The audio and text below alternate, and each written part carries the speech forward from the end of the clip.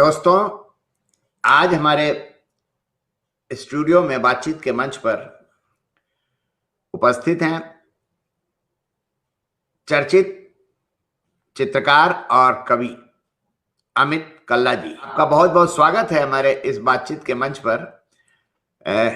अभी हम आपसे बातचीत करेंगे। पहले थोड़ा सा परिचय मैं आपका अपने दोस्तों को दे रहा हूं। ये अमित जी जो हैं वो जयपुर में इनका जन्म हुआ है। जैसे कि मैंने बताया कि ये कवि और चित्रकार हैं।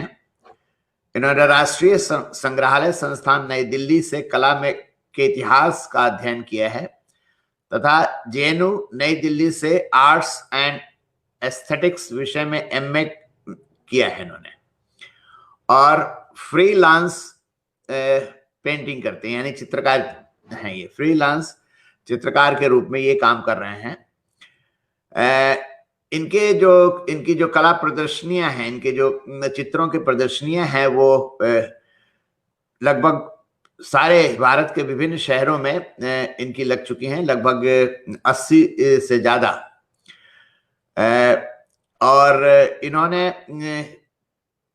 मतलब एकल इनका भी लगा है, और 80 से ज्यादा इन्होंने जो है वो सामूहिक रूप से और मतलब भी किया है। अपने चित्रों की प्रदर्शनी, इनकी सामूहिक चित्र प्रदर्शनियों में ये इन्होंने भागीदारी की है। इसके अलावा South Korea, Singapore, Turkey, Greece, Australia, America, Italy, Dubai और शारजाह में भी अपनी पेंटिंग्स की नुमाइश इन्होंने की है। बतौर कवि ने मतलब जैसे कि कविताएं भी लिखते रहते हैं चित्रकारिता के अलावा, ये बतौर कवि जो हैं इनकी 3 पुस्तकें प्रकाशित हो चुकी हैं। होने न होने से परे, जो इनका काव्य संग्रह है, वो उसको भारतीय ज्ञानपीठ के नवलेखन पुरस्कार से सम्मानित किया गया था। तथा इनका शब्द शब्द विसर्जन, ये कविता संग्रह भी खासा चर्चा में रहा है। हाल ही में ये शब्द कहे से अधिक कविता संग्रह इनका भी हाल में ही आया हुआ है। इन्हें सत्य शांति पुरस्कार, मरु परंपरा सम्मान, सृजन सम्मान, वाणी समागम, प्रकृति सम्मान, कला संवाहक से भी नवाजा जा चुका है। वहीं इन्हें संस्कृति मंत्रालय, भारत सरकार की चित्रकला विषय में जूनियर फेलोशिप भी मिली हुई है। अभी इस पर बातचीत करेंगे कि ये इसका क्या है। और इनका जो है वो एज ए मतलब चित्रकार और एज ए कवि, जीवन के प्रति इनकी एक अनूठी सोच है, जो इनकी कविताओं में और इनके आलेखों में और इनके बनाए गए चित्रों में साफ साफ झलकती है। इनकी जो कविताएं हैं वो नया ज्ञानोदय, वागर्थ, क पत्रिका, समकालीन भारतीय साहित्य, विश्वगाथा, दोआबा, समावर्तन, विमर्श, मधुमती, परिकथा, नादरंग इत्यादि में और कई राष्ट्रीय अखबारों में समय समय पर प्रकाशित होती रहती है।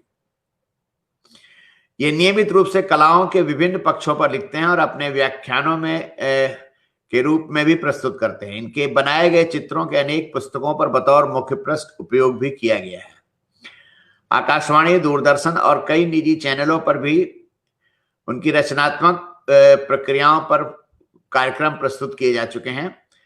प्राचीन भारतीय शिल्प कला पर इनका विशेष अध्ययन है, जिस पर उनको कई आलेख इनके प्रकाशित हो चुके हैं।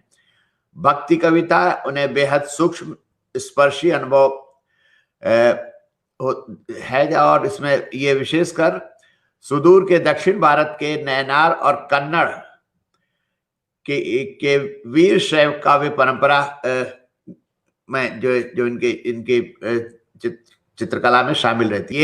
ये जैसे कि फ्रीलांसिंग करते हैं, उसी तरह से ये यायावर की तरह ये मतलब अपना जीवन बिताते हैं।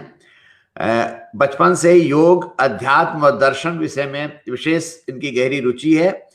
देश के अनेक साधु संतों, सूफी फकीरों तथा हिमालय के योगियों संग उनके अनुभव अत्यंत मार्मिक है। ये अच्छी इंटरेस्टिंग बात है, इस पर भी थोड़ा सा बातचीत करेंगे। उन्हें विवेकानंद, गांधी, विनोबा भावे और निर्गुण दर्शन के विभिन्न पहलू हमेशा प्रेरणा देते रहे हैं। वैसे तो ये जयपुर में रहते हैं, लेकिन जैसे बताया मैंने कि ये इनको यायावर जीवन पसंद है, तो कल कहाँ होंगे ये अभी कहना मुश्किल है। बड़ी मुश्किल से इनको मैंने इनसे समय लिया और आज ये हमारे बीच उपस्थित हैं। आपका बहुत बहुत धन्यवाद है कि आपने अपने व्यस्त समय में से समय निकाल करके हमें दिया है और आपसे हम बात। पहले तो ये बताइए कि जैसे कि चित्रकला के प्रति जो है आपकी जो रुचि है, वैसे तो जैसे मेरा अपना खुद का अनुभव होता है कि मैं बताऊं कि मैं सब कुछ मुझे पसंद आता था, लेकिन आर्ट भी पसंद आता है, और लेकिन मैं आज तक कोशिश करके भी कोई चित्र नहीं बना पाया और हमेशा पुअर रहा हूं आर्ट में एज ए सब्जेक्ट भी, और रुचि के तौर पर भी कभी डेवलप नहीं कर पाया। लेकिन इच्छा बड़ी मेरी बहुत होती रही कि मैं कुछ करूं। तो आपकी जो चित्रकला के प्रति रुचि कैसे हुई, और इतनी कैसे हो गई कि आपने इसे एक कैरियर के रूप में मतलब कैरियर इन द सेंस कि आपने इसको विधा के रूप में डेवलप किया अपने लिए? जी धन्यवाद अरविंद जी इस गुफ्तगू में शामिल करने के लिए। तो जैसा आपने मुझसे पूछा कि ये रुचि कैसे हुई, तो मुझे लगता है कि जो चित्रकला एक अपने आप में होलिस्टिक है। जितनी भी कलाएं हैं हमारे दुनिया के अंदर, जितनी भी कलाएं, चाहे वो शिल्प हो, चाहे वो चित्र हो, चाहे वो संगीत हो, चाहे वो मतलब कोई भी कला हो, आर्ट का फोटोग्राफी हो, पोइट्री हो, ये सारी कलाएं एक दूसरे में इंटर रिलेटेड है। उनकी आपस में एक गहरी गहरी गठजोड़ है, गहरी पैठ है उनकी आपस में एक दूसरे से। तो आप मूर्त चित्र नहीं बना के आप एक अमूर्तन चित्र को क्रिएट करते हैं, आप पोइट्री लिखते हैं, आप आलेख लिखते हैं, तो वो भी एक किस्म की पेंटिंग का पर्याय है, ऐसा मुझे लगता है। तो बेसिकली हमें उन स्पंदनों को पकड़ना है। कला के वो स्पंदन, वो चेतन भी है, वो अवचेतन भी। तो बचपन से कुछ कुछ क्रिएट करने की एक अभिरुचि थी। जहां पर अभी मैं बैठा हूं, जिस जगह पे, जिस स्पेस में, यहाँ पे कभी ये मेरे खेलने की जगह हुआ करती थी। आज ये मेरा एक स्टूडियो है। तो ये घर के पिछवाड़े का एक हिस्सा हुआ करता था, एक दालान था जहां पर कुछ पेड़ पौधे थे और मैं वहां पे सुबह से शाम तक खेलता था। और रेत के अंदर कुछ कुछ बनाने की प्रक्रिया जारी रहती थी। रेत के अंदर कुछ उसे कुचरता, फिर उसे मिटाता, फिर उस अपने ऊपर डाल लेता। और मेरी जो दादी थी वो मेरे पास ही कहीं नजदीक में मुझे ऑब्जर्व करती रहती थी, देखती रहती, लेकिन कभी रोकती नहीं।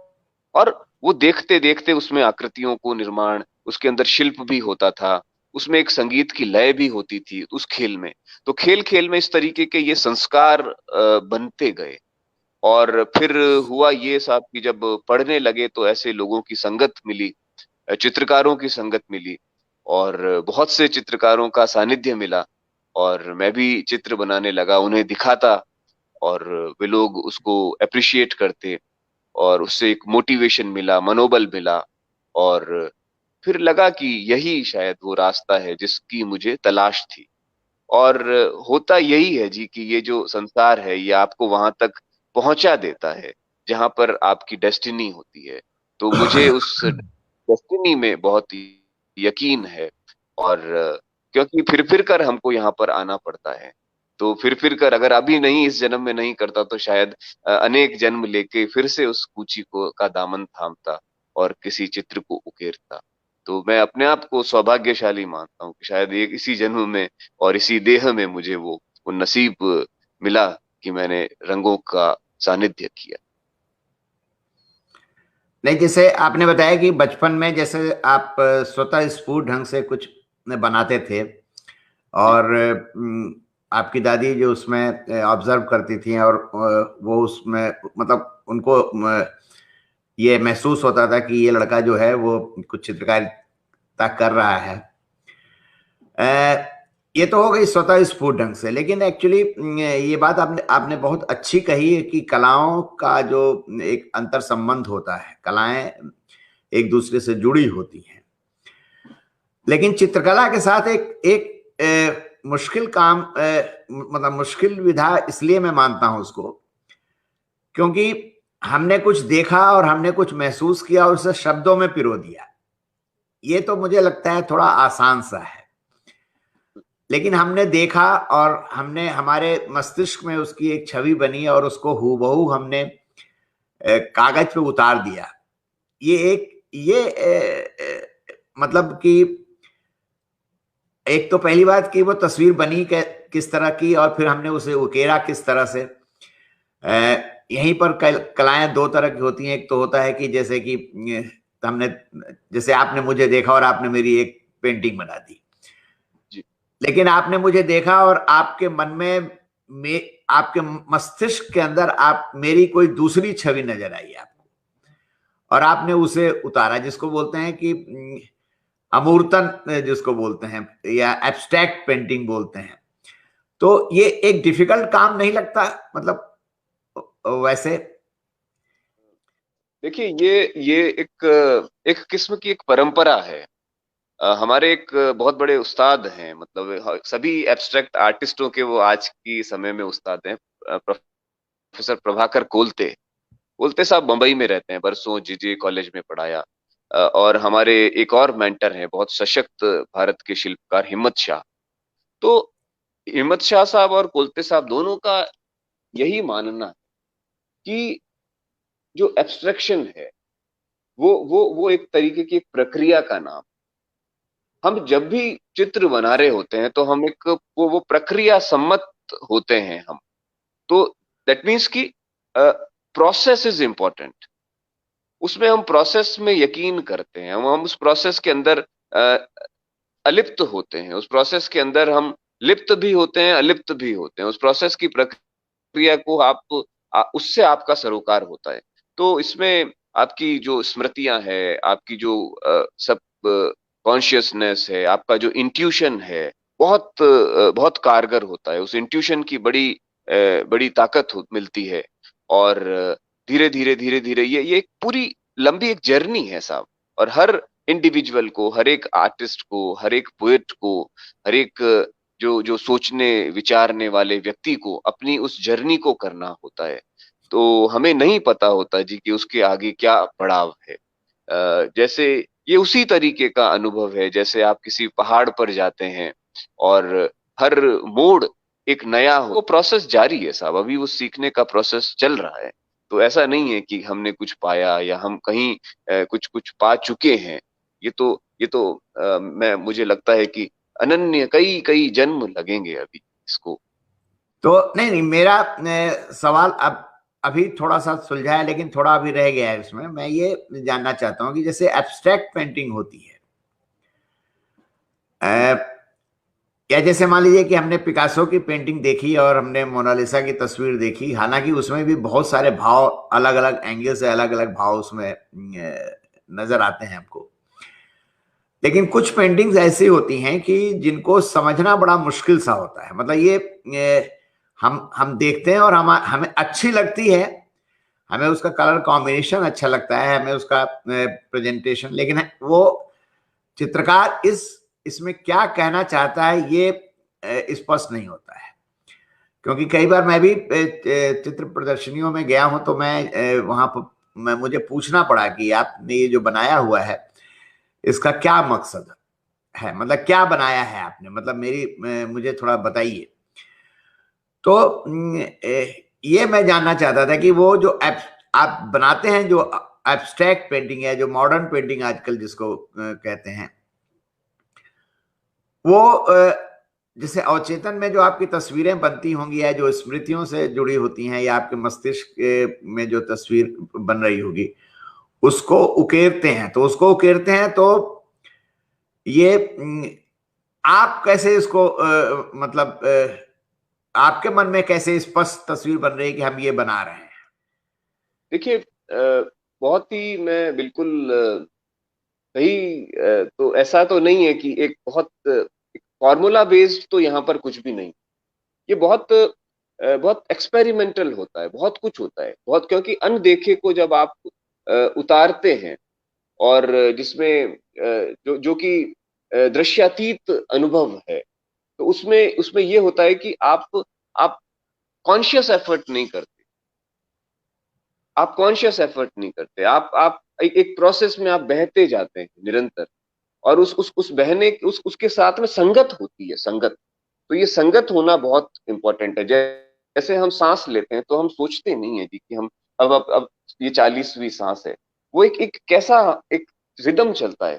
तो एब्स्ट्रैक्ट में भी एक रिदम होता है, एक बैलेंस होता है, उसके अंदर एक उसका एक अपना पर्सपेक्टिव होता है एब्स्ट्रैक्शन में।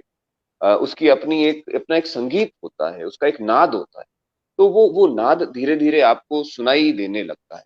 मुझे उदयन वाजपेयी की एक बात याद आती है जी कि आपको ठहरना पड़ेगा, क्योंकि हम बिल्कुल जाते हैं और हम सब कुछ आज ही पा लेना चाहते हैं। तो उसमें थोड़ी सी एक ये जर्नी ऐसी जर्नी है जी कि एक विजुअल लिटरेसी की जर्नी। तो जहां पर धीरे धीरे ठहर कर उसे देखना, वो देखने के क्या मायने हैं। तो वो देखना सिर्फ आंखों का देखना नहीं है, वो देखना भीतर का देखना भी है। तो हमें और गहरा भीतर भी उतरना पड़ता है। और एब्स्ट्रैक्ट आर्ट जो है वो ये संभावनाओं को आपके लिए संभावनाएं खोलती हैं। वो आपके लिए बहुत सारे ऐसे डोरवेज, ऐसे पाथवेज क्रिएट करती है जहां पर आपका और चित्र के बीच में संवाद होता है। आप कोशिश करते हैं कि आप उससे संवाद करें। अब वो संवाद, उसमें रंग होते हैं, उसमें रेखाएं होती हैं, उसमें उसमें कभी आकृतियां भी होती हैं, उसमें फॉर्म्स होते हैं, उसमें एलिमेंट्स होते हैं, उसमें टेक्सचर्स होते हैं। ये सब उसकी एक शब्दावरी है एब्स्ट्रैक्शन की। तो ये इनके साथ में आपका एक प्लेफुलनेस चलता है। और ये सब विजुअल एक्सपीरियंसेस है सब। और हर दिन हम अपने विजुअल एक्सपीरियंस को इस दुनिया में के जो जो रहकर उसको इंट्यून करते हैं, उसको फाइन करते हैं, और अनुभूति अनुभूति के साथ में उसको उसको एक्सप्रेस करते हैं। और बहुत कुछ इसमें मैं आपको बहुत मतलब बड़ा प्योरली बोलूं तो साइकोलॉजिकल भी एक बहुत एस्पेक्ट है, साइकोलॉजिकल। तो साइकोलॉजी भी आपकी काम करती है, आपका जो मनोविज्ञान है, आपकी जो फिलोसॉफी है, आपका जो जो जो स्पिरिचुअल जो सेंस है, आपकी जो रूहानियत है, ये इन सब के इसमें कहीं ना कहीं रिफ्लेक्शंस आते हैं।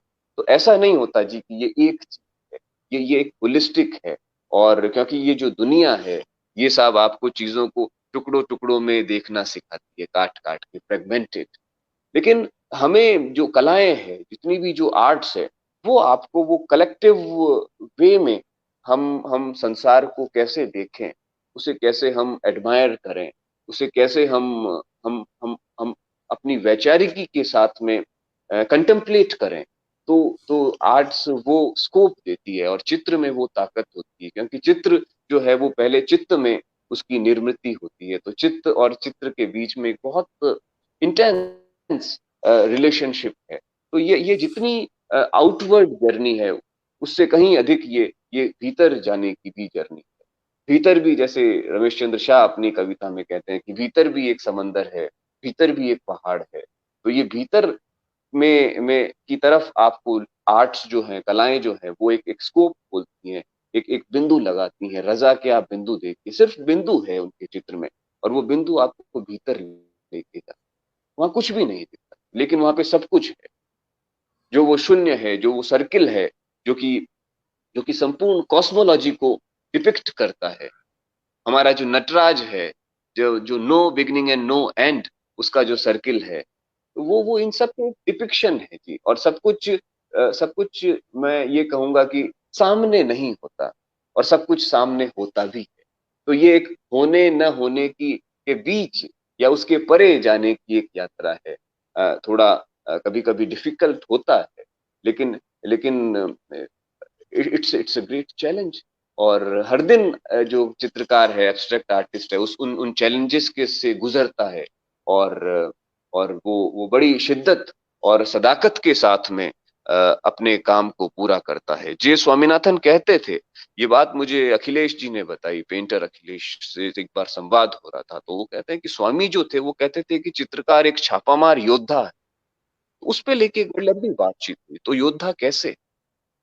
अब वो योद्धा, वो युद्ध बाहर का युद्ध नहीं है जी, वो युद्ध उसके भीतर एक टसल चल रही है, उसके भीतर निरंतर एक स्ट्रीमिंग चल रही है, जहां पर एक चर्निंग ऑफ द ओशियन है, जहां पर वो बहुत चीजों को निकालने की कोशिश करता है, जो कि अनदेखा है, अनछुआ है, अनजाना है। तो एक ऐसे अनजाने लोक को रचने की जुम्बिश, एक ऐसे कल्पना लोक को रचने की जुम्बिश, जहां पर मौन की मात्राएं भी कुछ कहती हैं, जहां पर अभिलाषित यथार्थ के जो अपूर्ण प्रसंग हैं वो अर्थों के साथ में गहराते हैं। तो ये एक तरीके की उस किस्म की एक जर्नी है। और जो पेंटिंग है मेरे लिए, जो अपना जो अनुभव है, वो पेंटिंग मेरे लिए विजुअल पोइट्री है, एक दृश्यात्मक कविता है। और जो जो कविता है वो मेरे लिए एक तरीके का चित्र है। तो कभी आप चित्र की सीमा में होते हैं, कभी आप रंगों के दरियाव में गोता लगाते हैं। तो ये बहुत एक ट्रांसेंडिंग स्टेजेस में आपको आपको लेके जाता है, और उसका बहुत आनंद। अल्टीमेटली हम चित्र क्यों बनाते हैं जी? के आनंद के लिए। क्यों करते हैं? ऐसा लगेगा कि अभी अगर इस संसार से जाना है, तो हमारी जो बात हुई इसमें भी वो चित्र बना, और ये बात में हमने उसको प्राप्त किया, उस चीज को हमने अडोर किया। तो ये आनंद उसमें। अच्छा ये बताइए कि जैसे कि कला की जो और विधाएं हैं, कहानी हो, कविता हो, उपन्यास हो, व्यंग हो, है ना, ये आम तौर पे देखा जाए तो middle class, lower middle class और निम्न वर्ग के लोगों में काफी ये जगह बना पाती है आसानी से। लेकिन ये देखा गया है कि जो चित्र है, चित्रकारिता है या चित्रकला है, वो आम तौर पर एलिट क्लास के बीच में जगह बनाती है। तो इसके पीछे क्या कारण है? क्या एलिट क्लास वालों को चित्रकारिता की समझ ज्यादा ये है? तो आपने मुझे फंसा दिया साहब, ये बहुत ही बड़ा जबरदस्त सवाल है आपका, और बहुत ही ये प्रामाणिक प्रश्न है, मतलब बहुत गहरा प्रश्न। इस पे तो मुझको भी अभी अभी सोचना पड़ेगा साहब। ये मैं इस अवस्था में नहीं हूं कि मैं आपको इसका आपका उचित उत्तर दे पाऊं। मैं अपने मन से बहुत कुछ बोल सकूंगा आपसे, लेकिन मुझे खुद को इस पे कंटेम्पलेट करना पड़ेगा, क्योंकि ये बहुत ही जमीन से जुड़ा हुआ और बहुत सरोकारों वाला प्रश्न है। दरअसल होता ये है साहब कि मुझे ऐसा लगता है कि जो ये धीरे धीरे आगे बढ़ेंगी चीजें। अब ये एलीट का है ऐसा नहीं है मुझे लगता है, क्योंकि जो जो स्ट्रगल्ड सोसाइटी है, कलाएं तो सब जगह है। कलाओं के बिना तो सब कुछ अधूरा है। और कलाएं आई कहाँ से? आज अगर मैं हूं जिस स्थिति में, तो हमारा जो एवोल्यूशन है, हम तो लोदुरवा के हैं साहब। मेरे पूर्वज तो जैसलमेर के एक गांव है, अभी मैं कल परसों वहीं पे था। तो हमारे पूर्वज वहां से माइग्रेट होते हुए जोधपुर आए, जोधपुर से कुछ बीकानेर गए, कुछ यहाँ पर आए। तो एक प्रोसेस बेस्ड एक जर्नी होती है। तो मुझे लगता है कि इसी तरह से चित्र की जो समझ की है, वो भी एक अपनी जर्नी होती है। क्या मेरे पूर्वज किसी आर्ट को नहीं किया? आज आप लुदुरवा जाएंगे तो सैकड़ों मंदिर, अद्भुत मंदिर हैं वहां पे, अद्भुत कलाकृतियां हैं, अद्भुत किस्म के पैटर्न्स वो जानते हैं। हमने एक ऐसा पैटर्न परसों ही देखा जो कि आईजीएनसीए का लोगो है, वो वहां के पार्श्वनाथ जैन मंदिर के अंदर वो स्थापित है, और वो कार्व्ड है। तो ये एक एवोल्यूशन के साथ में आगे बढ़ती रहती हैं चीजें। तो ऐसा मुझे नहीं लगता साहब कि केवल किसी क्लासिफाइड है आर्ट्स। आर्ट सबके लिए है, अनुभूति है, अनुभूति को कौन लेगा? ये सूरज है, ये हवा है, ये तो किसी के तिजोरी में बंद होने वाली चीज नहीं। हाँ, लेकिन ये है कि ये पिछले समय में जो हुआ है, वो ज्यादातर बड़ी बड़ी आर्ट गैलरीज में एग्जीबिशन लगती है, वहां तक एक्सेस बड़े लोगों का है। गैलरीज जो है वो बड़े शहरों में है, बड़े लोगों के रीच में है। तो इसलिए आम जन उससे कहीं ना कहीं कटा है, टूटा है।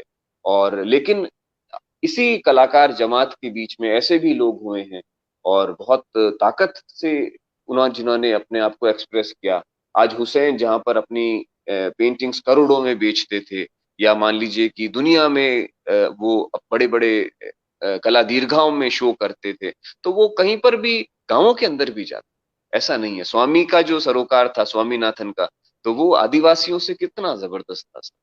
बताइए, आदिवासी कला को ही उन्होंने अपनी प्रेरणा माना और पूरा जीवन उनके साथ में काम किया। आज कितनी जो ट्राइबल आर्ट्स के जो फॉर्म है पेंटिंग में, उसमें वो स्वामी को बहुत मानते हैं। तो नहीं, ये सवाल मैंने इसलिए पूछा कि जैसे मान लीजिए कि आप बड़े बड़े होटलों में जैसे मैं जाता हूँ, जैसे मान लीजिए किसी सेमिनार वगैरह के सिलसिले में, या अपने दोस्तों के बंगलों में जब जाता हूँ, तो उनके यहाँ कोई साहित्य की किताब तो मिलती नहीं है, लेकिन पेंटिंग्स उनकी दीवार पर जरूर लगी रहती है।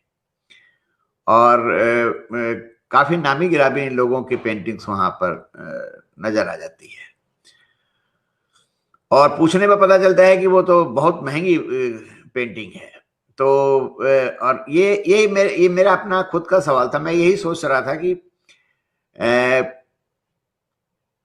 जैसे कि अब जैसे छात्रों को देखिए या महिलाओं को देखिए, उनके आंदोलन को देखिए, तो वहां पर तो वो कविता पोस्टर वगैरह भी बना करके, और बहुत अच्छा प्रभाव वहां पड़ जाता है। तो लेकिन ये जो पेंटिंग जो है हमेशा मुझे उलझा देती है कि आखिर ऐसा क्यों है, क्या।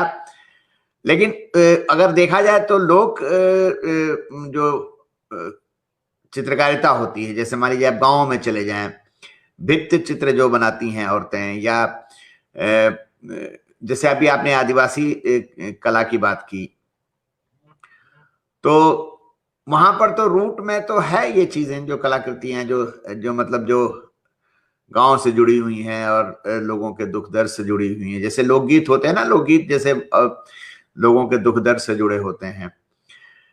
चित्रकारिता को लेकर थोड़ा सा मेरा ये सवाल था, और मेरा आपका इरादा मेरा ये इरादा नहीं था कि आपको मैं फंसाने के लिए नहीं कह रहा था, लेकिन मेरा एक जेन्युइन सवाल था ये।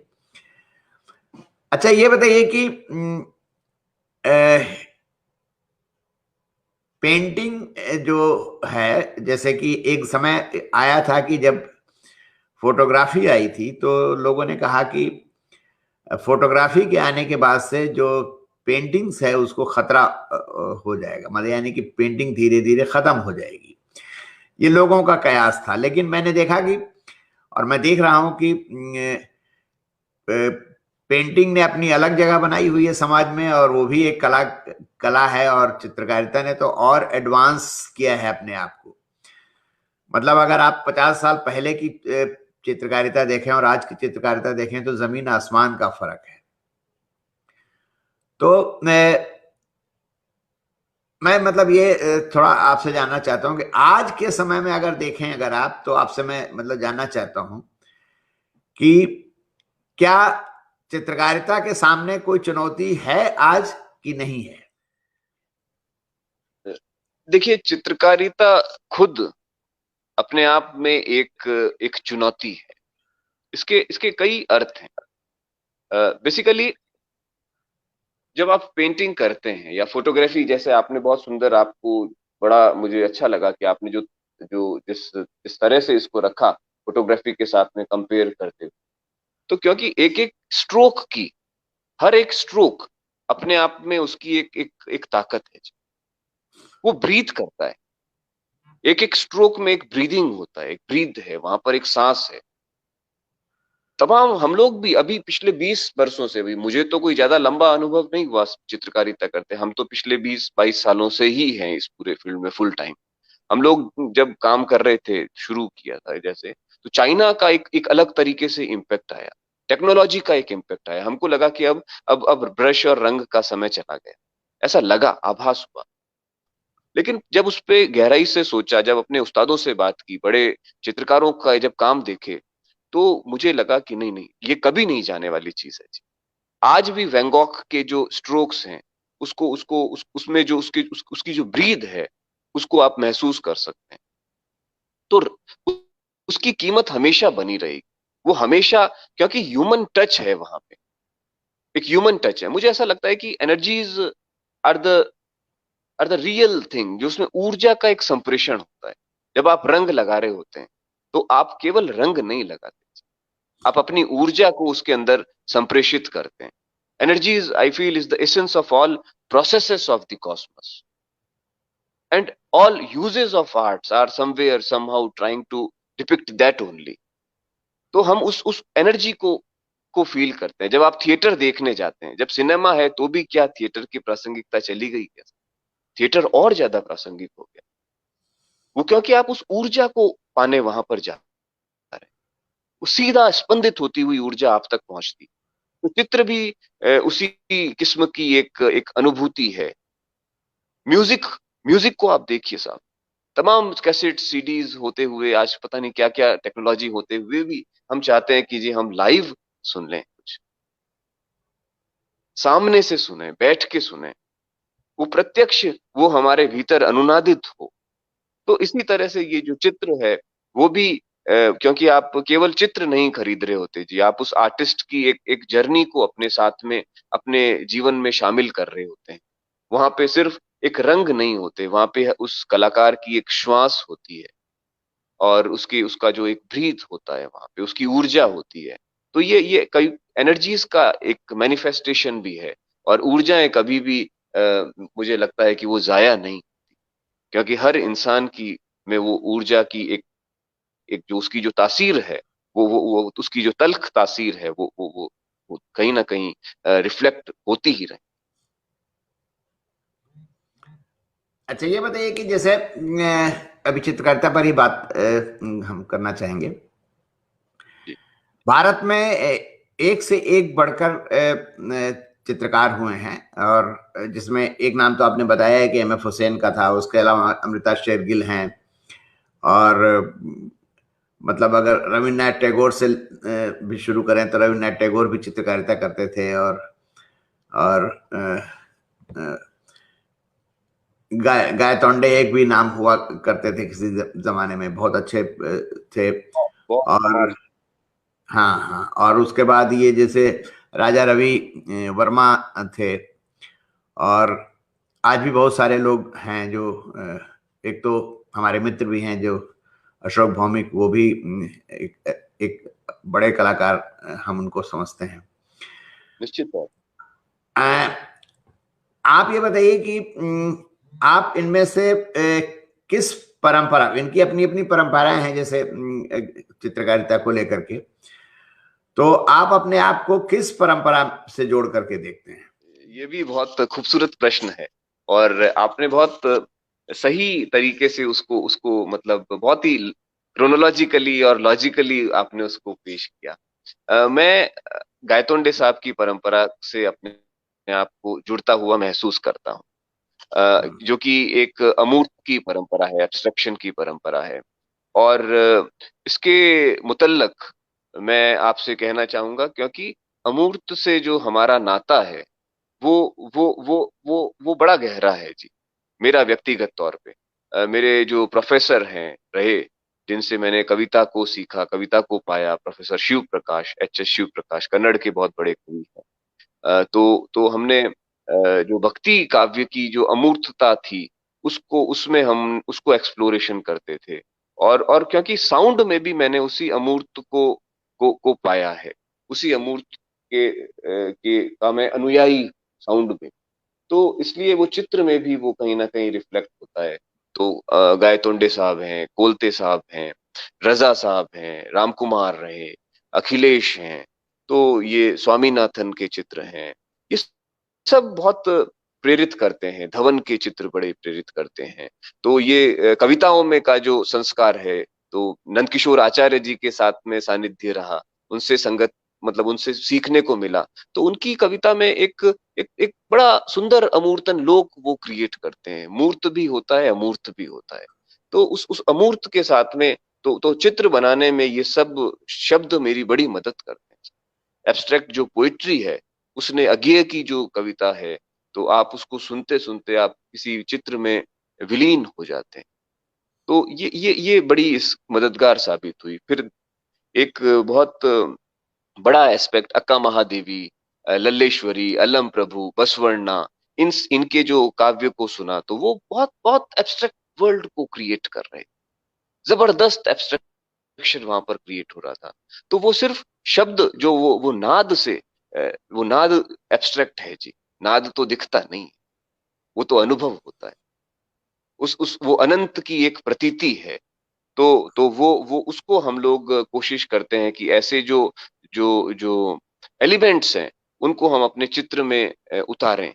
और और किया नहीं जाता जी, हो जाता है। कहते हैं ना कि अपने देश में चीजें होती हैं, आप करने के बावजूद भी लाख चाहें तो भी नहीं बनता जी। लेकिन वो उसकी जो अपनी एक नियति होती है, उसका अपना एक डेस्टिनेशन है, उसकी जर्नी है, बस आप उसके संगी होते हैं।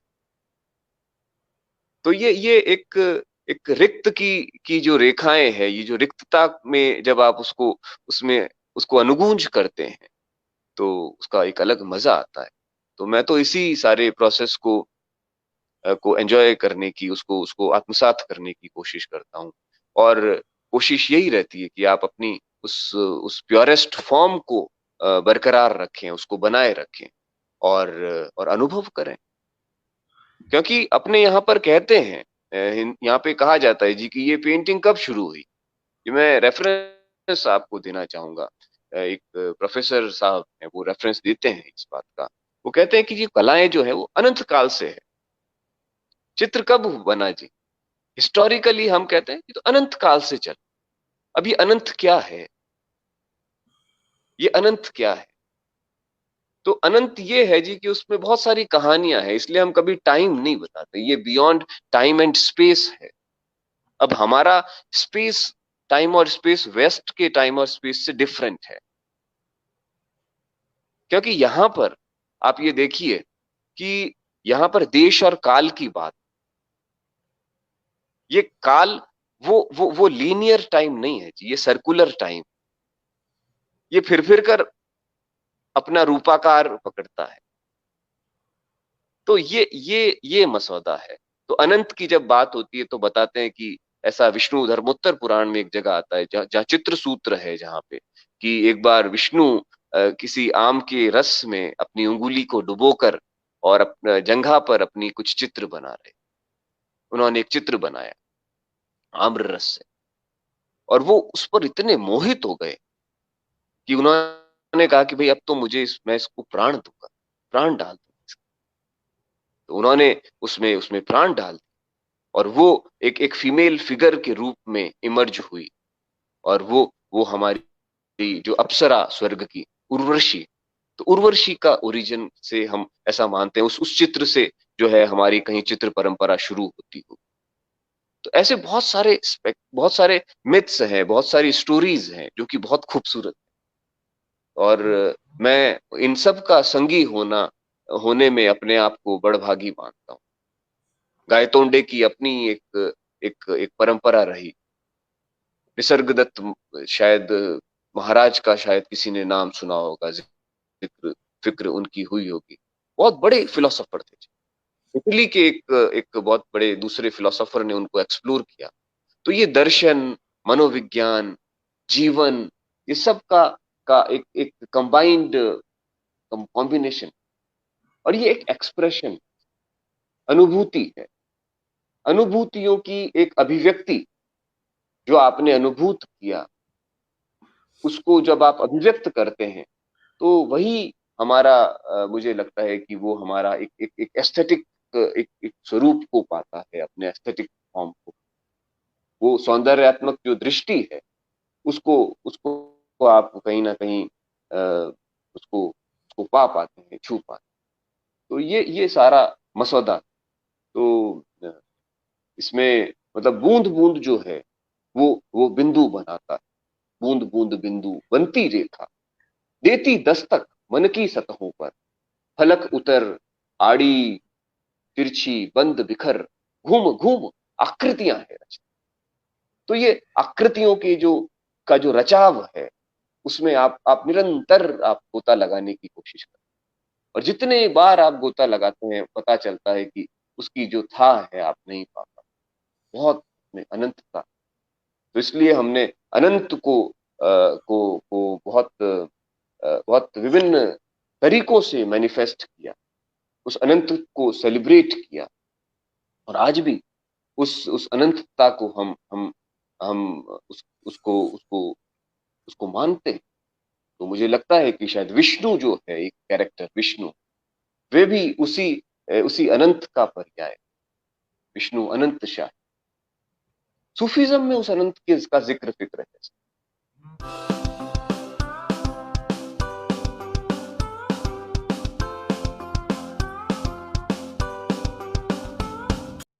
अच्छा ये जब बताइए आप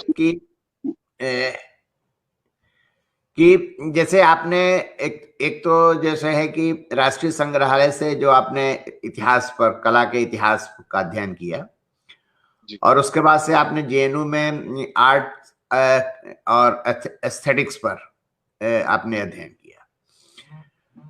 तो एक तो है कि जो अध्ययन, तो जैसे मान लीजिए कि हर विधा में करना चाहिए और जरूरी है वो करना, तभी आप अपने आप को डेवलप कर पाएंगे। लेकिन ये जो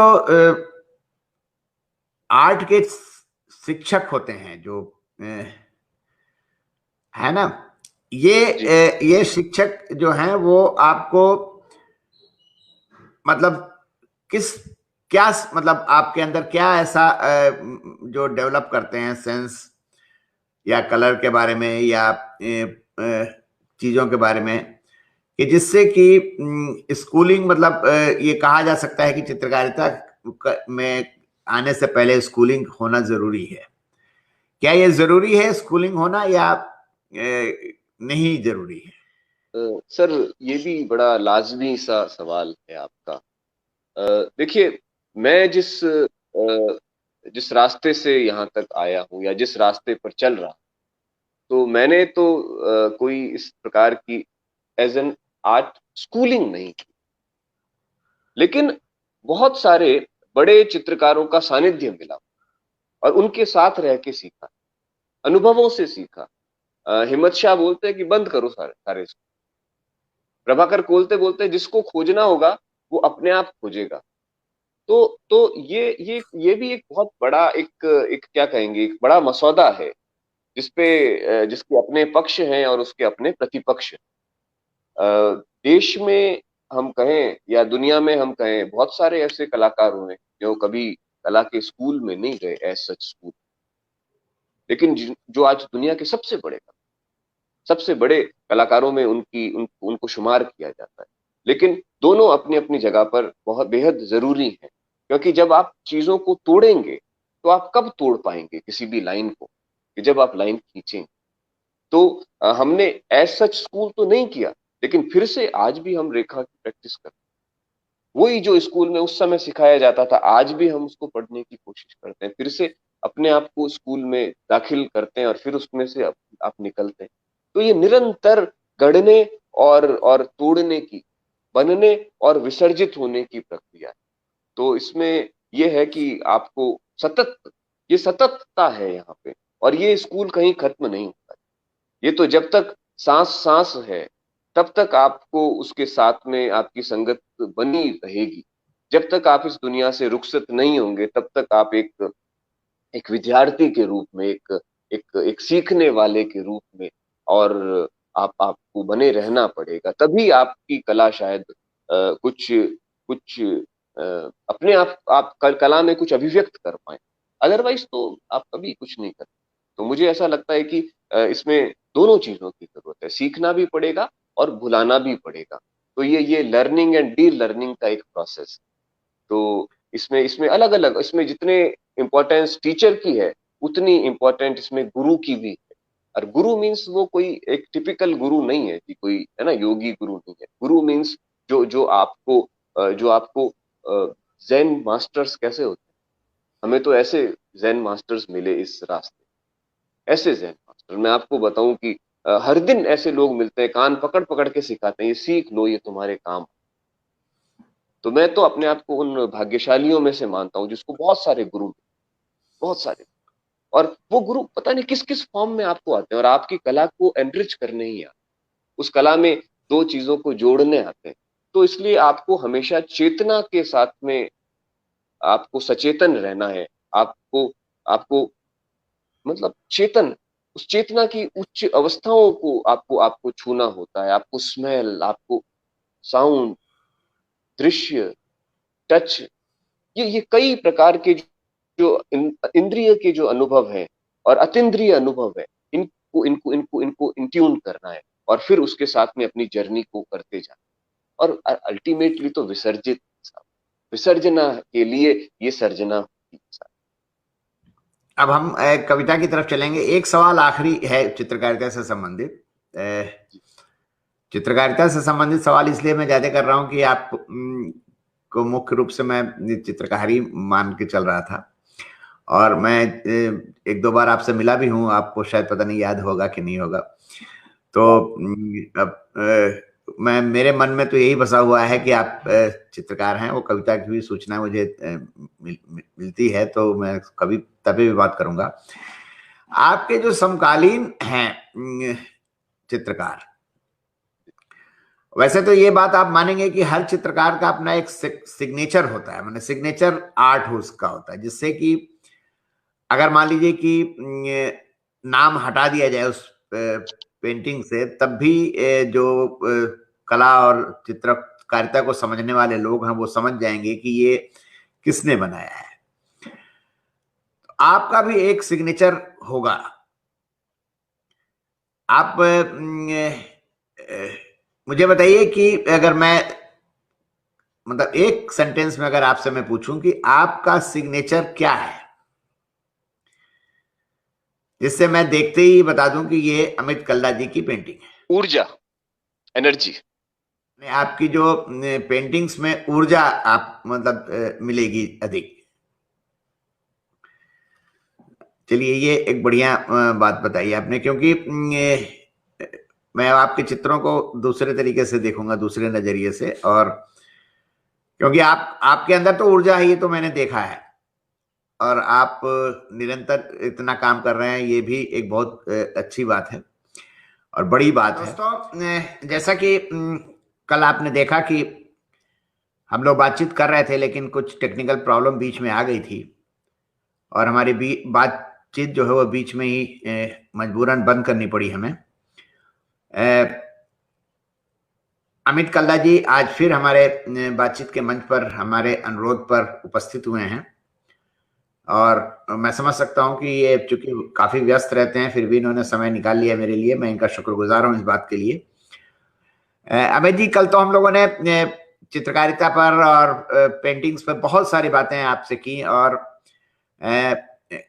चूंकि आप कवि भी हैं और कविताएं लिखते हैं और आपकी कविताओं की किताबें भी आ चुकी हैं, मैं मतलब मेरा पहला सवाल जो ये है कि जहां पर हमने कल छोड़ा था कि चित्रकारिता चूंकि आपका पैशन रहा है शुरू से, बचपन से ही, कविताओं के प्रति आपका रुझान कैसे हुआ, और क्यों आपने बाद में ये सोचा कि कविताएं भी मुझे लिखनी चाहिए? जी, सबसे पहले तो जैसा मैंने कल आपसे जिक्र किया था कि मेरी दादी जो थी वो एक योगिनी किस्म की महिला थी। तो मैं अपनी दादी को बहुत से जैसे मानस के पाठ करके सुनाता था, और भी तुलसीदास की जो अन्य रचनाएं हैं उनको मैं उनसे शेयर करता था, और वो भी काफी उस पर रेस्पॉन्ड करती थी। तो सूर, तुलसी, कबीर, मीरा, दादू, ऐसे जो भक्ति काल के जो कवि थे, तो ये इनसे बचपन से ही एक क्या कहेंगे कि उनसे उनसे साक्षात्कार हुआ अपनी दादी के मार्फत। फिर धीरे धीरे जब हम स्कूल में आए तो हमारे एक टीचर हुआ करते थे अंग्रेजी के, तो उनके साथ में एक अलग तरीके का तारतम्य बैठा। और वो जब वर्ड्सवर्थ की कविता पढ़ाते थे तो एक स्कूल के पास में जंगल था, वहां पर लेके जाते। वो कहते थे कि प्रकृति जो है ये एक साक्षात कविता है, वो एक एक पोइट्री का एक मैनिफेस्टेशन है, या पोइट्री जो है वो प्रकृति का मैनिफेस्टेशन है। तो उन टीचर ने, उन उन मेरे शिक्षक ने मुझे बहुत ही गहराई से कविता के साथ में जोड़ दिया और प्रेरित किया कविताओं को लिखने के लिए। लेकिन उस समय तक हम सिर्फ अंग्रेजी साहित्य के जो एलिमेंट्री पोएट्स होते हैं, वर्ड्सवर्थ है, कीट्स है या विलियम ब्लेक है, इन सब से हमारा ताल्लुकात हुआ। लेकिन फिर जब दिल्ली आना हुआ पढ़ने के सिलसिले में, तो आगे कई कवियों से मेरा मतलब जुड़ाव हुआ। कुंवर नारायण जी को देखा, उनसे प्रेरणा मिली। निर्मल जी से भी मेरी काफी बातचीत रही उनके अंतिम दिनों में, विजय शंकर जी के मार्फत। तो निर्मल जी से साहित्य से और अन्य मतलब साहित्य को पढ़ के और अन्य धीरे धीरे कविता में मेरी दिलचस्पी बढ़ी। तो बहुत सारे कवियों से फिर जान मतलब हम एनकाउंटर हुए। फिर जब जेएनयू में गए तो तमाम वहां पे तो आपको हर जगह कविता दिखाई दी। जेएनयू अपने आप में एक खूबसूरत कविता है। और आप जहां नजर जाते हैं, कहीं पाश हैं तो कहीं मुक्तिबोध हैं तो कहीं जो है आपके सर्वेश्वर दयाल सक्सेना है, कहीं तो इस तरह से तमाम कवियों से मेरा साक्षात्कार हुआ। फिर जब जयपुर आता तो यहाँ पे संजीव मिश्र थे, उनसे मुलाकात हुई। उन्होंने आचार्य जी से मुझे इंट्रोड्यूस कराया, नंदकिशोर आचार्य से। तो आचार्य जी के मार्फत रमेश चंद्र शाह मिले। तो ऐसे ये सिलसिला जारी रहा। और सबसे बड़ी भूमिका हमारे जो प्रोफेसर थे, मेरे जो मेंटर थे school of art and aesthetics में, प्रोफेसर एच शिव प्रकाश, वो कन्नड़ भाषा के बहुत सशक्त कवि हैं। तो उन्होंने तमिल कविताओं से हमारा ताल्लुकात कराया। आलवार और नायनार की जो संत परंपरा है रही है, जो 7वीं शताब्दी के दौरान तो दक्षिण में उनको पढ़ने का अवसर मिला। फिर जो पूरी वीर शैव जो मूवमेंट हुआ कर्नाटका का, वो पूरे कितने कवि ही कवि थे। तो उन्होंने वो हमको भक्ति कविता और गहराई से पढ़ाते थे। अपार्ट फ्रॉम मीरा, सूर, तुलसी एंड कबीर, तो हमने लल्लेश्वरी को पढ़ा, हमने बाबा फरीद को पढ़ा, बुल्ले शाह को पढ़ा। और एच एस शिव प्रकाश वो तो एक एनसाइक्लोपीडिया थी कविता का। कविता हमेशा उनके भीतर से स्पंदित होती रहती थी। तो हम कुछ भी जब लिख कर जाते थे, कुछ भी, वो अनघड़ ही था, लेकिन वो कहते थे अद्भुत। तो आप यकीन नहीं मानेंगे साहब, पूरी पूरी पूरी रात हम कविताएं सुनते और सुनाते। तो एक ऐसा संस्कार उन्होंने हमारे भीतर सिंचित किया, जो जो जो जहां से एक कविता की एक लय लय को पाने का अवसर मिला। तो गुजराती कविता, कभी मराठी कविता देख रहे हैं, कभी मतलब हम कश्मीर में हैं, कभी असमिया कविता को जानने की का अवसर मिल रहा है। तो कभी उड़िया कवि कवि लोग उनके घर पे आ रहे हैं, तो वहां पर हम प्रवासिनी की कविताओं को सुन रहे हैं। तो कभी कोयम्पू है। ये पूरा जो मलयाली में सचिदानंदन थे या अयप्पा पणिकर की कविताओं को का ट्रांसलेशन करके वो हमको सुनाते थे। तो कविता की तो एक, मैं कहूंगा कि अमृत वर्षा हुई। और मैं तरबतर हो गया। तो मैंने तो मेरा जो अध्ययन था, मतलब एस्थेटिक्स, तो मैं कुछ भी नहीं पढ़ता, सिर्फ कविताओं को पढ़ और चित्र बनाता। तो ये मेरा काम था। मतलब तकरीबन 2.5-3 साल हमने यही यही और उसमें उसमें रच बस गए और आनंद आया उस। जैसे आपने बताया कि आपने वर्ड्सवर्थ को पढ़ा तो और उसको ठीक से समझा, आपके टीचर ने समझाया। प्रकृति का उसमें जो वर्णन है, जो चित्रण है, वो सजीव आपने वहां पर देखा कविता के माध्यम से, कविता के थ्रू। बाद में आपने जो विभिन्न भाषाओं के और विभिन्न प्रदेशों के महत्वपूर्ण कवियों का और लेखकों का जिक्र किया आपने। इन सब में तो अलग अलग रंग है, अलग अलग इनके भाव हैं। तो जैसे अगर मैं आपसे जानना चाहूं कि इनमें से किस कवि के, मतलब अंग्रेजी का तो चलिए समझ में आ गया है, मतलब भारतीय किस कवि ने आपको सबसे ज्यादा प्रभावित किया, और आप उनमें से किनको अपना आदर्श मानते हैं? तो ये तो बहुत टफ क्वेश्चन हो जाएगा। मुझे एक पर तो मैं नहीं ठहर पाऊंगा। हाँ, मैंने लेकिन फिर भी आप जैसे एक मोटा मोटी बताइए जरा। मोटा मोटा मुझे मुझे मुझे एक तो सबसे महत्वपूर्ण नरेश मेहता लगे। उनको जब मैंने पढ़ा, या उनको नरेश मेहता पुराने, जो नरेश मेहता थे, हाँ, उनसे मुझे बहुत बहुत प्रेरणा मिली, नरेश मेहता से। फिर स्वयं अज्ञेय थे, या नंदकिशोर आचार्य हैं, रमेश चंद्र शाह हैं, उदयन वाजपेयी हैं, अशोक जी हैं। इनकी कविताएं मुझे लगी। और कुंवर नारायण के कवित्व से और व्यक्तित्व से, दोनों से मैं बड़ा प्रभावित, बहुत मुझे कुंवर जी ने टच किया और उनको मैंने पढ़ा। और दक्षिण में जो है ये हमें जो है अयप्पा पणिकर की कविताएं मुझे मुझे छुई बहुत। उनकी ट्रांसलेशन ही मैं पढ़ पाया क्योंकि वो तो मलयाली भाषा के कवि। तो ये मुख्य प्रोमिनेंट कवि रहे हैं जिनको। और एक कवि हैं जिन्होंने तो बिल्कुल मुझे मतलब क्या कहूँ कि आर पार कर दिया, वो अब नहीं है, उनका इंतकाल हो गया। वो उनका नाम था जैन मुनि क्षमा सागर जी। तो जैन मुनि थे ये और इंजीनियर थे, सागर मध्य प्रदेश में रहते थे। पतली सी उनकी पहली किताब शायद आई थी, वो अपना घर कर। उसको पढ़ के मुझे ऐसा मतलब ट्रांसफॉर्मेशन हो गया, ट्रांसफॉर्मेशन। तो फिर मैं उनके जैसे दूसरे कवियों की खोज करने लगा। तो मुझे कई ऐसे कवि मिले उस तरीके के जो बहुत सेंसिबल लिख रहे हैं, जो तो जो मेरी कविता, जो मेरे चित्रों के नजदीक जो कविताएं मैं पाता हूँ, वहां पर मैं अपने आप को कनेक्ट होता हुआ ज्यादा महसूस। अगर मान लीजिए मैं आपसे पूछूं कि कवि और चित्रकार आप दोनों हैं, तो मूल रूप से आप क्या अपने आप को मानते हैं? जी पहले तो ये भी कठिन शब्द है, ये कठिन सवाल है। दोनों एक दूसरे के पूरक हैं, मुझे ऐसा लगता है। नहीं, आप लेकिन पहले कठिन कठिन कविता। कह के मुझे आप कठिन कठिन कह के मुझे मास्टर बना दे रहे हैं। मैं मास्टर नहीं हूं, मतलब मैं अध्यापक नहीं हूं, मैं इम्तिहान नहीं ले रहा हूं। मैं जरा अपने पहले दर्शकों के लिए, अपने मित्रों के लिए सवाल रख रहा हूं आपके सामने। पहले पहले कविता कविता उपजी साहब, पहले कविता निपजी, पहले कविता आई, उसके बाद में चित्रकला। ऐसा ऐसा हुआ। तो पहले एक कवि है, एक सेंसिबल कवि है, कहीं ना कहीं एक शब्द की उपासना पहले है, उसके बाद में वो चित्र में ट्रांसफॉर्म, ऐसा। क्योंकि एक बार ऐसा लगा हमें, तो किसी कहीं लिखा था कि रंग धोखा देते हैं। तो फिर हमने लिखा कि गलत कहा किसी ने कि रंग धोखा देते हैं। शब्द पहले या रंग क्या कहते। चीजें रंग बदलती हैं, इंसान रंग बदलता है, लेकिन रंग अपना रंग कभी नहीं बदलते प्यारे। शब्दों की जुबान तो तुम्हारी है कल्पित, रंगों की अपनी भाषा, अपना व्याकरण होता है। रंग दिमागी चतुराई से नहीं पढ़े जाते, रंग ज्ञान की छलनी से नहीं छाने जाते।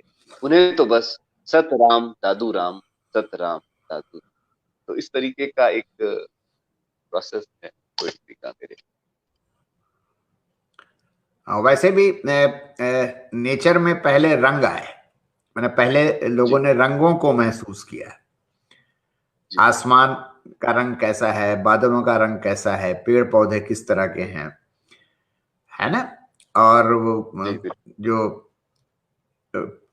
सूरज डूबता है तो कैसा लगता है, सूरज उगता है तो कैसा लगता है, बिजली चमकती है तो उसका रंग क्या होता है, ये रंगों से ही लोगों ने समझना शुरू किया। और लोगों ने फिर उनको शब्द देना शुरू किया कि ये जो लंबी सी लपलपाती सी रोशनी आसमान में जो है वो बिजली है।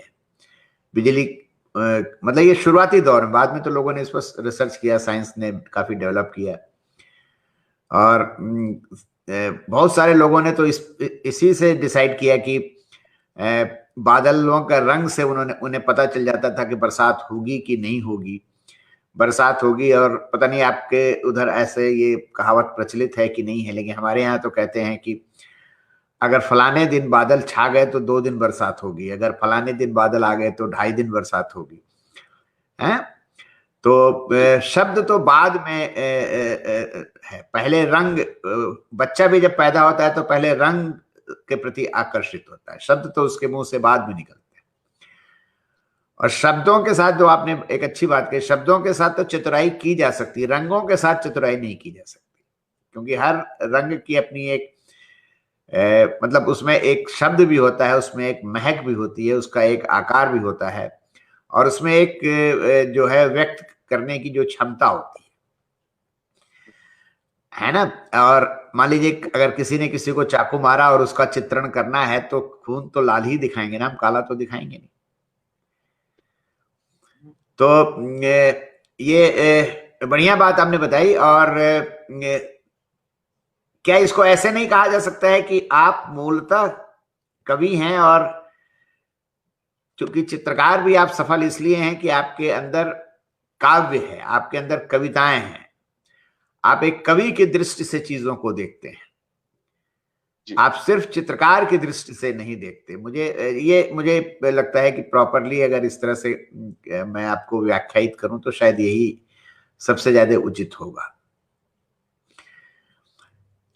तो एक बात बताइए कि जैसे कविताएं जो आपने लिखी हैं, वो कविताएं तो आपके विभिन्न पत्र पत्रिकाओं में छपी भी हैं। आपकी एक किताब जो है वो नवलेखन से पुरस्कृत भी हुई है, जो है ना। तो जैसे जो समकालीन आपके कवि हैं, समकालीन कवियों, मैं मतलब समकालीन का मतलब मैं बहुत प्रतिष्ठित कवियों की बात नहीं कर रहा हूं, जो समकालीन कवि हैं वो आपको किस रूप में देखते हैं, मतलब आपकी कविताओं को किस रूप में वो ग्रहण करते हैं? पता नहीं साहब, मैं तो जो बहुत ही मैं बताऊं आपको, मैं कभी कभी बचता हूँ जी। जब मैं कवियों के बीच में जाता हूँ तो मैं बिल्कुल कह देता हूँ जी मैं तो चित्रकार हूँ, और जब कभी चित्रकारों के बीच में जाता हूँ तो भी मैं तो कवि। तो समकालीन कविता की धारा में मैं अपने आप को कहीं ऐसा देखता नहीं, कहीं नहीं देखता, ना मेरी कोई ऐसी आकांक्षा है कि देखा जाऊं। बस ये है कि मैं अपना काम कर रहा हूँ धीरे धीरे, और उसको उसको प्रोसेस को मैं एंजॉय करता हूँ और उसमें उसमें रमता हूँ। तो वो रमना ही मेरे लिए शायद सार्थक है। और ऐसा कुछ मैंने महसूस नहीं किया कि मैं समकालीन कवियों में कहीं खड़ा होता हूँ। उसका एक और कारण ये भी है कि समकालीन जो कविता है या साहित्य है, उसमें तो साहब ये धाराएं चलती हैं, उसमें बहुत है ना, बड़े स्ट्रीम्स हैं। तो हम तो स्ट्रीम्स में नहीं कहीं अपने आप को, मतलब उसमें उसमें नहीं हमारा उससे ताल्लुकात है। हमारा एक अलग संसार है, उसके अंदर हम रच रहे हैं। तो वो रचना का संसार। तो इसलिए ना तो मेरी कविता किसी की खिलाफत करती हुई खड़ी होती है, या ना वो कोई प्रोटेस्ट है, ना वो कोई किसी नारे को उद्घोषित करती है। वो एक बहुत ही एक, मैंने कल भी आपको कहा कि एक कल्पना लोक को रचने की जुम्बिश होती है, जहां पर मौन की मात्राएं भी कुछ कहे, जहां पर अभिलाषित यथार्थ के जो अपूर्ण प्रसंग हैं वो अर्थों के साथ में गहराएं। तो जैसे ये चित्र हैं वैसे ही वो कविताएं हैं। तो मैं अपने आप को नहीं मानता था समकालीन। हम हमारी अपनी एक भाषा है, अपना अपना एक एक पर्सपेक्टिव है सारी चीज को देखने का। तो वो, लेकिन लोगों को अच्छी भी लगती हैं कविताएं, किसी को नहीं लगती, क्योंकि इन कविताओं के अंदर बहुत सारा मिथ है। इन कविताओं के अंदर बहुत सारा कभी कभी तिलिस्म है। इन कविताओं के अंदर फैंटेसी है। इन कविताओं के अंदर एक एक साइलेंस है, मौन है। इन कविताओं के अंदर कभी कभी बहुत एक एक जबरदस्त एनर्जी और साउंड भी है। तो ये किसी दूसरे के लिए लिखी हुई कविता नहीं, ये तो मेरा अपना एक अभ्यास है, और जिसको एक अपनी एक अनुभूति है, जिसको मैंने शब्द के मार्फत उतारने की कोशिश की है। वो मेरी मेरी एक एक एक, एक विजुअल पोएट्री। ये जैसे मान लीजिए कि आप कवि भी हैं और चित्रकार भी हैं, और इसके अलावा भी आप लेख आलेख वगैरह लिखते रहते हैं। इसके अलावा मैं कलाओं पे लिखता हूँ सर। कलाओं के जो विभिन्न पक्ष हैं, अमूर्त का जो पक्ष है, उसको अपनी ही कला को एक्सप्लोर करने के लिए कई बार लिखता हूँ। रंगों के ऊपर कई आलेख लिखे हैं, जो एक पूरी सीरीज थी जो नवभारत टाइम्स में छपी है। और अलग नीला, लाल, हरा, काला, इन सभी रंगों के ऊपर मैंने क्या अनुभव किया, या मेरे लिए उन रंगों का क्या क्या महत्व है, ऐसे ऐसे कुछ आलेखों को का जिक्र जरूर मैंने किया है। अदरवाइज साहित्य में कभी नहीं दखल दिया कुछ लंबा लिखने। हालांकि देखिए, आपने मुझसे कहा था कि जो इस विषय पे मैं मतलब मैं विशेषज्ञ नहीं हूं इस विषय का, लेकिन फिर भी एक मतलब थोड़ा जानकारी लेना चाह रहा हूं आपसे कि आपने चूंकि चित्रकला के इतिहास, चित्रकला की परंपरा पर अध्ययन भी काफी आपने किया हुआ है, और कंटेम्परेरी आर्ट पे भी आप काफी मतलब आप खुद आर्टिस्ट हैं और कंटेम्परेरी आर्ट को आप देख ही रहे होंगे। ये बताइए कि जैसे अभी जो कोरोना काल चल रहा है और कोरोना काल में बहुत सारी तकलीफें सबके सामने आ रही हैं, मतलब तरह तरह की भांति भांति की तकलीफें हैं, मतलब बीमारी, मौत, पलायन, भूख, इन सारी चीजों को आपने जिक्र किया भी होगा। क्या आपके समकालीन जो चित्रकार हैं ये इन्होंने उन लोगों ने क्या इन विषयों पर चित्रकारिता की है? जी की है। बहुत सारे ऐसे चित्रकार हैं जिन्होंने इन सारे विषयों को बहुत बहुत तन्मयता के साथ में और बहुत ताकत के साथ में पेंट किया, इंस्टॉलेशंस किए हैं। और अभी सारे चित्रकार करीब मैक्सिमम यही रहे और एक अलग अलग तरीके से सबने उस अनुभूति करके और उसको मैनिफेस्ट करने की कोशिश की है। इसकी शुरुआत हमारे एक दोस्त हैं प्रदीप्ता दास, और वो जोधपुर में ही है, लेकिन वो उड़ीसा के हैं। पूरे उड़ीसा के आर्टिस्टों को उन्होंने एक करके, एक बहुत स्टार्टिंग में जब लॉकडाउन शुरू हुआ ही था तब उन्होंने एक ऑनलाइन कैंप की शुरुआत की। तो ये इसमें सबने अपने अपने तरीके से इस पूरे समय को और इस देश और काल को पकड़ने की कर रंगों के मार्फत, रेखाओं के मार्फत डिपिक्ट किया। फिर उसके बाद में लगातार ऐसा ऐसा कुछ हो रहा है। और अभी परसों ही मैंने देखा कि सुबोध केरकर बहुत बड़े कॉन्टेम्पररी आर्टिस्ट हैं गोवा के। गोवा म्यूजियम पूरा उन्होंने बनाया है। वो डॉक्टर थे, मेडिकल डॉक्टर थे, सब छोड़ के अपने साधना में, कला साधना में लग गए। तो सुबोध केरकर ने इंस्टॉलेशन बनाया, कमाल का कमाल का इंस्टॉलेशन बनाया। तो उन्होंने उस पूरे कोरोना को डेडिकेटेड करते हुए बहुत बड़ी एग्जीबिशन की वो संकल्पना कर रहे हैं। तो अलग अलग भारत के विभिन्न प्रांतों में कलाकारों की प्रतिक्रिया रही है इस पूरे समय को लेके।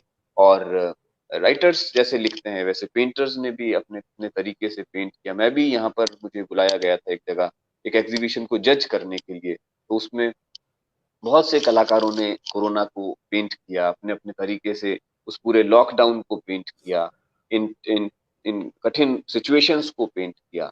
लेकिन मुझे लगता है जी कि पेंट वो करना चाहिए जो आप अनुभूत करें।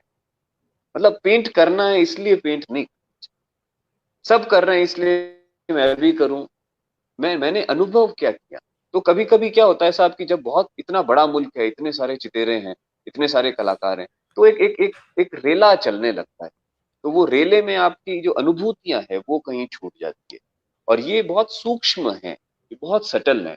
तो इस सटलिटी को बनाकर, अपनी सिंसियरिटी को बनाकर, उसके एस्थेटिक्स से कॉम्प्रोमाइज नहीं करते हुए जब आप कोई करते हैं तो उसको तो हम सलाम करते हैं। और जब ये बिल्कुल ऐसा हो जाता है कि जी सब कर रहे हैं इसलिए मैं भी करूं, तो उसमें मजा नहीं ऐसा होता है। लेकिन कुछ सिचुएशंस पे तो मन दुखी होता है, कुछ सिचुएशंस में मन जो है वो बड़ा खुश भी हो जाता है। तो ये व्यक्त तो चित्रकार करना चाहता ही होगा। नहीं, करते हैं साहब, करते हैं, सभी लोग करते हैं, मतलब मैक्सिमम लोग करते हैं। लेकिन अब एक्सेप्शन सब जगह होते हैं। अब हमने तो बचपन से ये सीखा साहब, सुखे दुखो समो कृत्वा लाभे लाभो जय जया, ऐसे करके गीता का एक श्लोक है कि भाई आपको समता रखनी है, बैलेंस रखना है।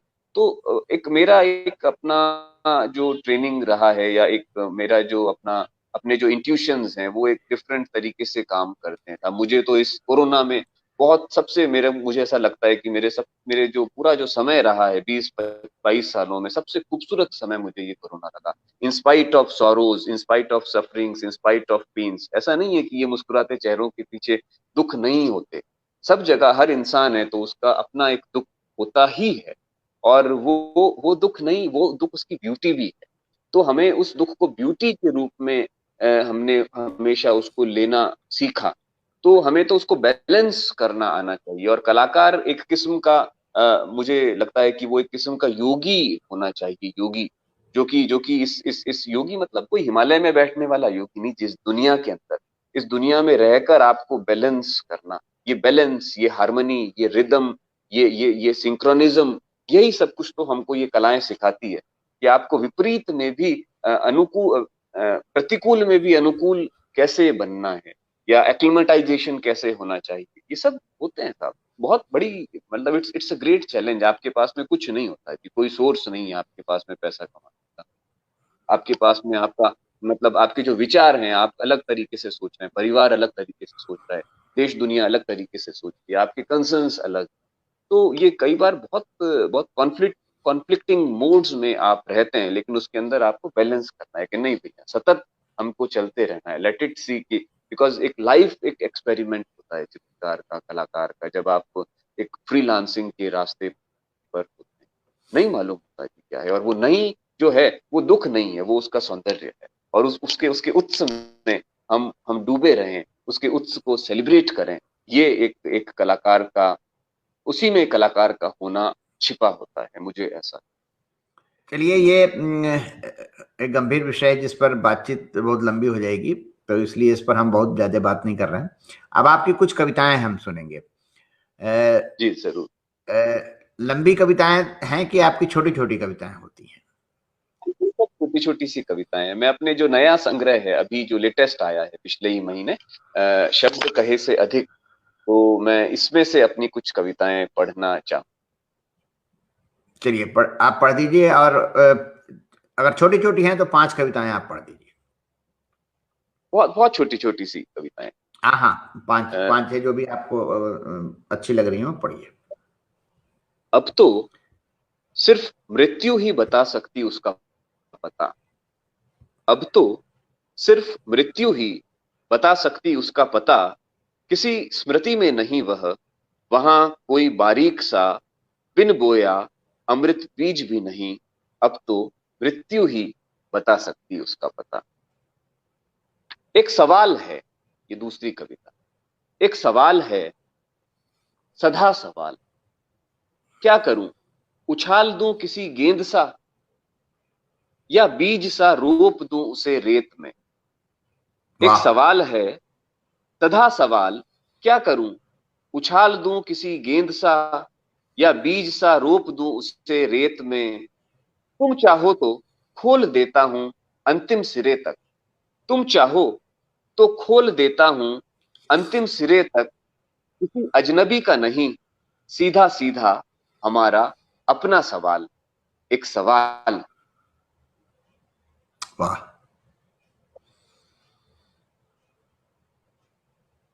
इसका शीर्षक है आकाश ही अंतरिक्ष।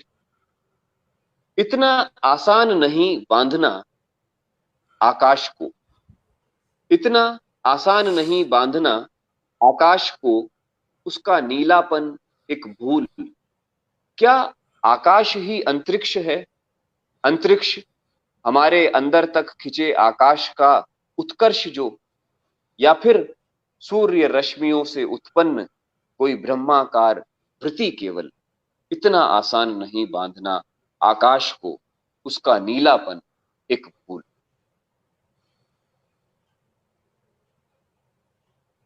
एक कविता है, इसे नंदकिशोर आचार्य जी को ये समर्पित है, क्योंकि आचार्य जी ने खुद मुझे इसको काफी इम्प्रूव करवाया था। हम एक शिविर में थे बीकानेर के आगे, एक एक छोटे से गांव के अंदर, और वहां पर एक शिविर के दौरान ये कविता लिखी गई।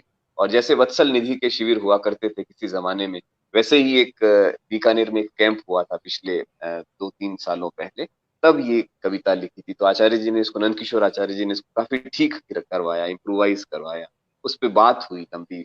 तो इसका शीर्षक है, भला होता रेगिस्तान।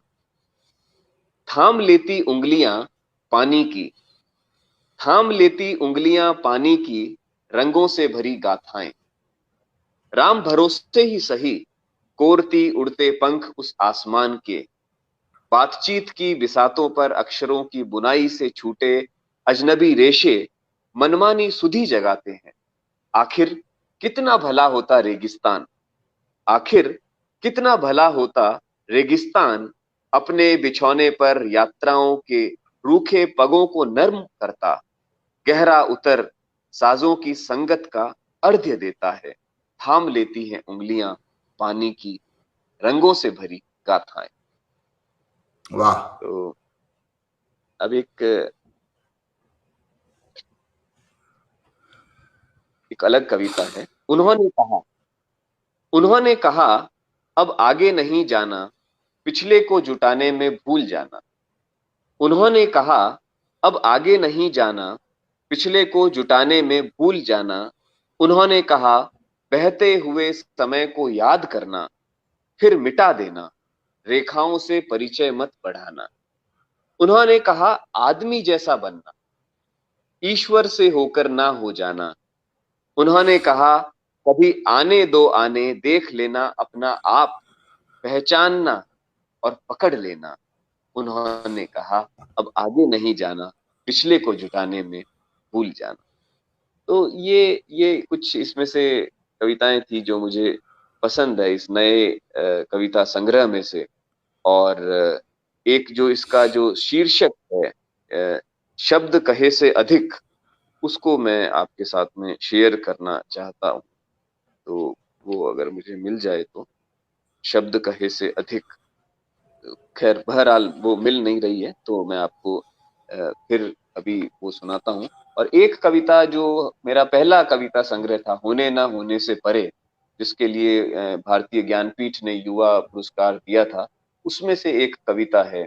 और ये कविता, इसको मैंने कई प्रोमिनेंट पोएट्स के साथ में शेयर किया था, उनसे बातचीत इस कविता पे। जैसे कुंवर जी से बात हुई थी एक बार चंडीगढ़ में हमारी, या कृष्ण बलदेव वैद ने इसका जिक्र किया था।